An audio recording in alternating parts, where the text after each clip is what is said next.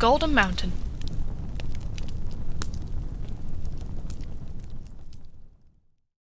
Once upon a time a merchant's son had too much fun spending money, and the day came when he saw himself ruined. He had nothing to eat, nothing to drink. He took a shovel and went to the marketplace to see if perchance somebody would hire him as a worker. A rich, proud merchant worth many, many thousands came along in a gilded carriage. All the fellows at the marketplace, as soon as they perceived him, rushed away and hid themselves in the corners. Only one remained, and this one was our merchant's son. "Dost thou look for work, good fellow? Let me hire thee." The very rich merchant said to him, "So be it. That's what I came here for. And thy price? 100 roubles a day will be sufficient to me. Why so much? If too much, go and look for someone else." Plenty of people were around, and when they saw thee coming, all of them rushed away. "All right. Tomorrow come to the landing place." The next day, early in the morning, our merchant's son arrived at the landing. The very rich merchant was already there, waiting. They boarded a ship and went to sea. For quite a long time they journeyed, and finally they perceived an island. Upon that island there were high mountains, and near the shore something seemed to be in flames. "Yonder something is like fire," said the merchant's son. "No, it is my golden palace." They landed, came ashore, and look there! The rich merchant's wife is hastening to meet him, and along with her their young daughter, a lovely girl, prettier than you could think or even dream of. The family met. They greeted one another and went to the palace, and along with them went their new workman. They sat around the oak table and ate and drank and were cheerful. "One day does not count," the rich merchant said. "Let us have a good time and leave for work tomorrow." The young workman was a fine, brave fellow, handsome and stately, and the merchant's lovely daughter liked him well. She left the room and made a sign to follow her. Then she gave him a touchstone and flint. "Take it," she said. "When thou art in need, it will be useful." Then, the next day, the very rich merchant, with his hired workmen, went to the high golden mountain. The young fellow saw at once that there was no use trying to climb or even crawl up. "Well," said the merchant, "let us have a drink for courage." And he gave the fellow some drowsy drink. The fellow drank and fell asleep. The rich merchant took out a sharp knife, killed a wretched horse, cut it open, put the fellow inside, pushed in the shovel, and sewed the horse's skin together, and himself sat down in the bushes. All at once the crows came flying, black crows with iron beaks. They took hold of the carcass, lifted it up to the top of the high mountain, and began to pick at it.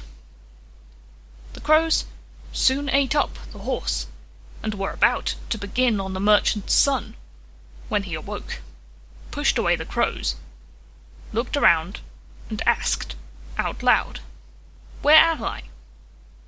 The rich merchant below answered, "On a golden mountain. Take the shovel and dig for gold." And the young man dug and dug, and all the gold he dug he threw down, and the rich merchant loaded it up on the carts. "Enough!" finally shouted the master. "Thanks for thy help. Farewell. And I, how shall I get down?" "As thou pleasest. There have already perished 99 of such fellows as thou. With thee the count will be rounded, and thou wilt be the 100th. The proud rich merchant was off. "What shall I do?" thought the poor merchant's son. "Impossible to go down, but to stay here means death, a cruel death, from hunger. and our fellow stood upon the mountain, while above the black crows were circling, the black crows with iron beaks, as if feeling already the prey. The fellow tried to think about how it all happened, and he remembered the lovely girl, and what she said to him in giving him the touchstone and the flint. He remembered how she said, "Take it. When thou art in need, it will prove useful." I fancy she had something in mind. Let us try. The poor merchant's son took out the stone and flint, and struck it once, and lo! 2 brave fellows were standing before him. "What is thy wish? What are thy commands?" said they. "Take me from this mountain down to the seashore." And at once the 2 men took hold of him, and carefully brought him down. Our hero walks along the shore. See, there, a vessel comes sailing near to the land. "Ahoy, good people! Take me along!" No time to stop, and they went sailing by. But the winds arose, and the tempest was heavy. "It seems as if this fellow over there is not an ordinary man. We had better go back and take him along," decided the sailors. They turned the prow toward the island, landed, took the merchant's son along with them, and brought him to his native town.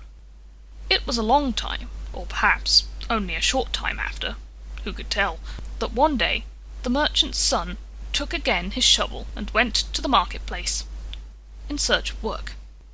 The same very rich merchant came along in his gilded carriage, and, as of old, all the fellows who saw him coming rushed away.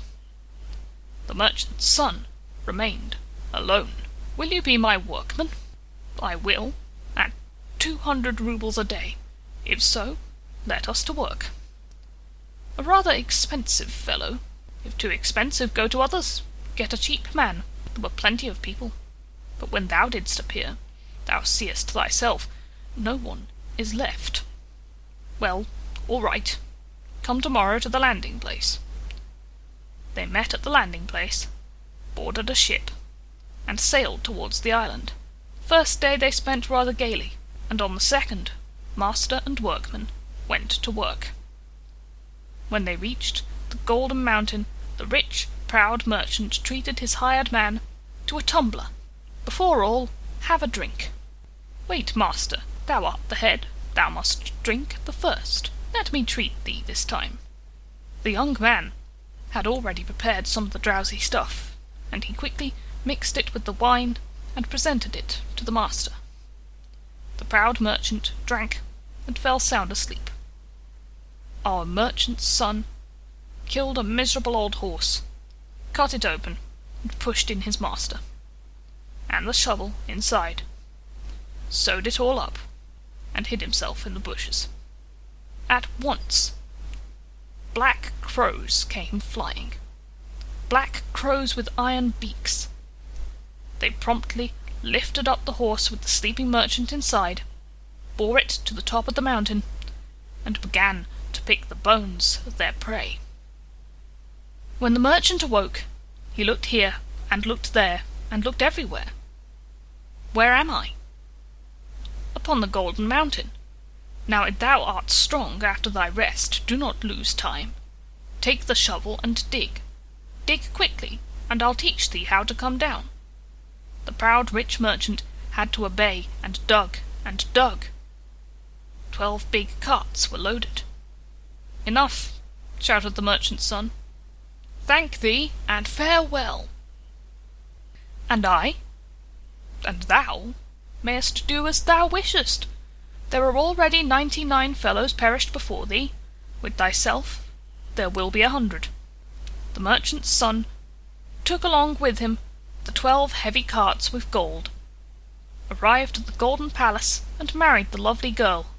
The rich merchant's daughter became mistress of all her father's wealth, and the merchant's son with his family moved to a large town to live. And the rich merchant, the proud merchant, he himself, like his many victims, became the prey of the black crows with iron beaks. Well, sometimes it just happens so.